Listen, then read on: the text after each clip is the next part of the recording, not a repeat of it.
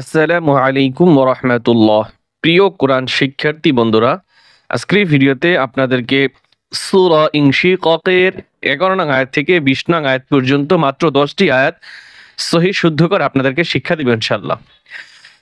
আউযু বিল্লাহি মিনাশ শাইতানির রাজীম।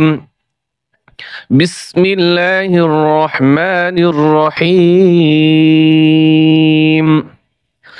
فسوف يدعو ثبورا। فسوف টান হবে না এখানে, ইয়াদে ইয়াদ আল জবর ইয়াদে কলকলা হবে। ইয়াদউ আইন ও পেশ আউ, পেশের বাম পাশে যজমালা ওয়াও রয়েছে, এখানে একালিফ টান হবে। সুবুরা বা ওয়াও পেশ বু, পেশের বাম পাশে যজমালা ওয়াও রয়েছে, একালিফ টান হবে। আর দুই জবরের স্থানে থামলে একালিফ টান হয়, তাই এখানে একালিফ টান হবে। ফাসাউফা ইয়াদউ সুবুরা ওয়া ইয়াসলা সাঈরা ওয়া ইয়াসলা সাঈরা ওয়া ইয়াসলা সাঈরা। ওয়াসলা খারা জবর একালিফ টান হবে। সাই আইন ইয়াজরি, জেরের বাম পাশে যজমালা ইয়া একালিফ টান হবে।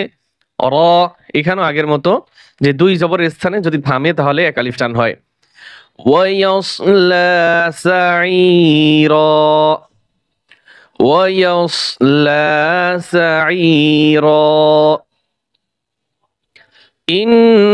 ইন্নাহু কানা ফি আহলিহি মাসরুরা। এই যে হামজা নুনের ইন, এখানে নুনের উপরে তাসদীদ রয়েছে, একালিফ গুণনা হবে। হা উল্টো পেশে একালিফ টান হয়। কাফ আলিফ জবর কা, জবরের বাম পাশে খালি আলিফ টান হবে।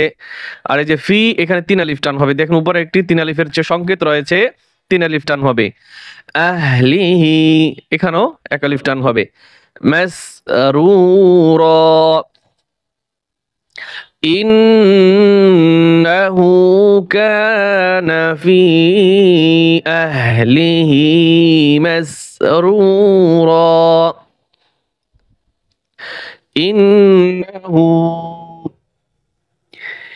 ইন্নাহু যান্না, ইন্না যেন নুনে যেন টান না হয়, শুধু গুণনা হবে। ইন্নাহু যান্না, আবার এই নুনেও গুণনা আছে, টান হবে না।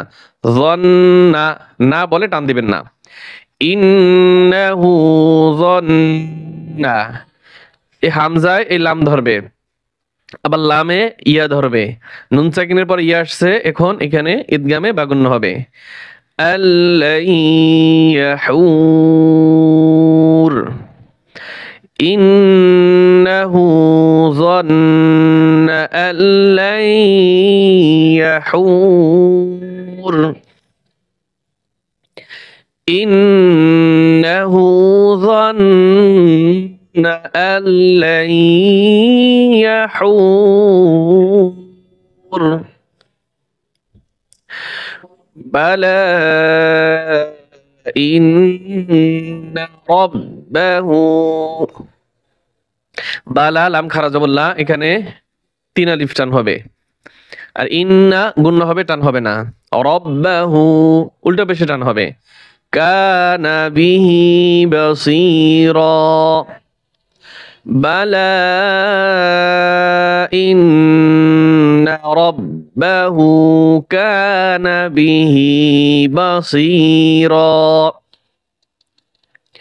বালা ইন্না রাব্বাহু কানা বিহি বাসীরা। ফালা উকসিমু বিশ-শাফাক।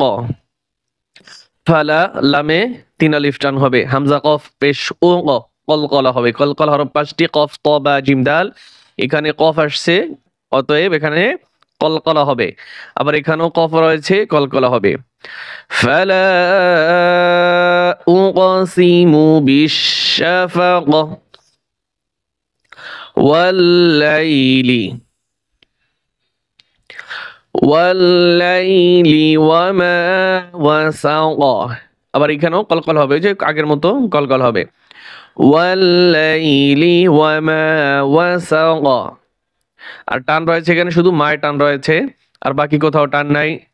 ওয়াল-লাইলি ওয়ামা ওয়াসাক ওয়াল-লাইলি ওয়ামা ওয়াসাক ওয়াল কমারি ইযা ইত্তাসাক। এখানে এই একটার ভিতরে কোথাও টান নাই। ওয়াল কমারি ইযা ইত্তাসাক ওয়াল কমারি ইযা ইত্তাসাক। لتركبن طبقا عن طبق لتركبن طبقا عن طبق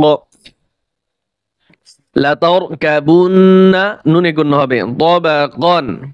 এইখানে তানউইনের পরে আইন আসছে, অতএব গুণ হবে না। আর আইন নুন জবর আউ, এখানে গুণ হবে। নুন সাকিনের পরে তো আসছে, তো হচ্ছে ইকফার হরফ। আর এখানে তানউইনের পরে আইন আসছে, আইন হচ্ছে এজার হরফ, তো অতএব গুণ হবে না। لتركبن طبقا عن طبق فما لهم لا يؤمنون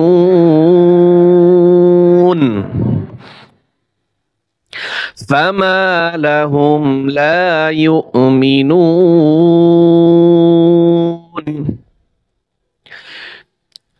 وإذا قرئ। এটা পড়ার আগে আপনাদেরকে একটু আমি বলিনি, এখানে কিন্তু সিজদার আয়াত রয়েছে, এটা পড়লে অবশ্যই আপনাকে সিজদা দিতে হবে। وَإِذَا قُرِئَ عَلَيْهِمُ الْقُرْآنُ لَا يَسْجُدُونَ। এটা হচ্ছে একটি সিজদার আয়াত। এই আয়াতটা পাঠ করলে আপনাকে অবশ্যই সিজদা দিতে হবে, এটা সবাই খেয়াল করবেন। সিজদা দেওয়ার নিয়ম হচ্ছে, আপনি প্রথমে দাঁড়াবেন, দাঁড়িয়ে আপনি নিয়ত করবেন যে আমি এটি তিলাওয়াতের সিজদা আদায় করে দিয়েছি। আল্লাহু আকবার বলে আপনি সোজাসুজি সিজদায় যাবেন, আপনি হাত বাঁধবেন না। আল্লাহু আকবার বলে সিজদায় যাওয়ার পরে সুবহানা রাব্বিয়াল আ'লা 3 বার পড়বেন। তারপরে আবার আল্লাহু আকবার বলে সোজা দাঁড়িয়ে যাবেন, আর কিচ্ছু করতে হবে না আপনাকে। এভাবে যতগুলি সিজদা আপনার দরকার হয় ঠিক ততগুলি সিজদা দিবেন। যদি আর আরেকটু নিয়ম আছে, আপনি এক জায়গায় বসে বারবার পড়লে একটি সিজদা দিলে হবে। আবার যদি স্থান পরিবর্তন করে আপনি বারবার পড়েন, তাহলে যে কয়বার পড়বেন ঠিক ওই কয়বার দিতে হবে। আরেকটু মাসলা হচ্ছে, যে ব্যক্তি শুনবে আপনার সিজদার আয়াত, যে ব্যক্তি শুনবে তাকেও সিজদা দিতে হবে। যিনি পড়বে সেও সিজদা দিবে, এবং যে শুনবে সেও সিজদা দিবে। এভাবে যতগুলি হয় ঠিক ওইভাবে আপনারা দেওয়ার চেষ্টা করবেন। আর সিজদা তো ওয়াজিব, না দিলে অবশ্যই গুনাহগার হবেন, তাই আপনারা সকলেই সিজদা দিবেন ইনশাআল্লাহ।